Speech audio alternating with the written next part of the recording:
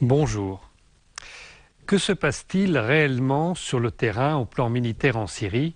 À vrai dire, personne ne le sait exactement puisque les communications et les commandes de l'OTAN ont été inhibées par le système d'armement russe dans la partie méditerranéenne de la Syrie et que pour ce qui est des opérations qui se déroulent à l'est de la Syrie, on n'a aucune réaction de la part des groupes djihadistes ou des groupes prétendument rebelles modérés.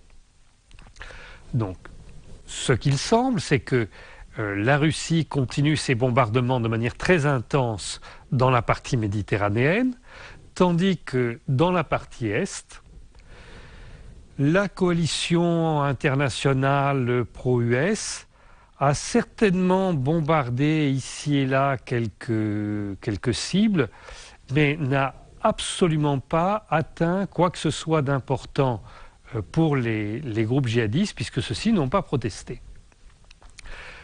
On sait par ailleurs que dans un cas particulier, l'armée des États-Unis s'est trompée et a attaqué une position de l'armée arabe syrienne.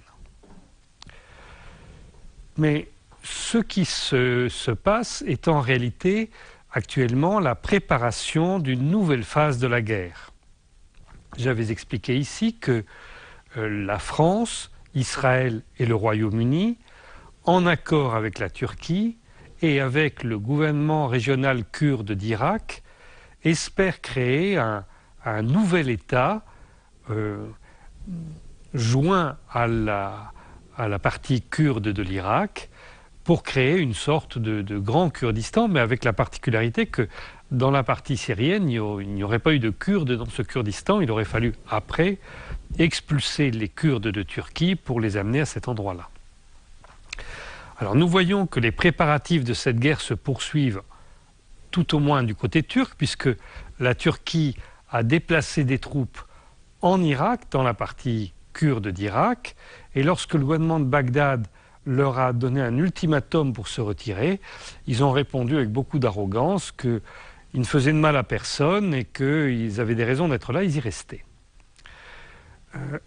Du côté français, on avait envoyé un porte-avions au large de la Syrie en Méditerranée, et puis la semaine dernière, il y a eu un changement brutal. Le président Hollande s'est rendu sur le porte-avions Charles de Gaulle et il a donné un nouvel ordre de mission. Du coup, ce porte-avions était dérouté. Il doit traverser le canal de Suez et puis on ne sait pas très bien où il va aller après pour continuer cette guerre. Mais manifestement, la position française a changé d'une semaine sur l'autre. Les ordres sont complètement différents. Qu'est-ce qui va se passer? Personnellement, je pense que la guerre à laquelle nous assistons n'est pas une guerre conventionnelle avec deux armées face à face. Et il est normal qu'actuellement, on ne voit pas sur le terrain de changements significatifs. Mais dès que la campagne de bombardement russe va être terminée, et c'est prévu début janvier, dès que cette campagne va être terminée, alors on passera à une grande offensive pour récupérer le terrain. Et aujourd'hui, beaucoup d'éléments montrent que cette offensive se prépare. Et certainement, on verra alors, dans les semaines qui suivent, des changements considérables dans la structure même du combat ici. Est-ce que la Russie laissera les Occidentaux s'emparer du nord de la Syrie? Là aussi, je ne le pense pas. Et plusieurs éléments montrent que les Russes envisagent de construire une deuxième base militaire à l'est du pays.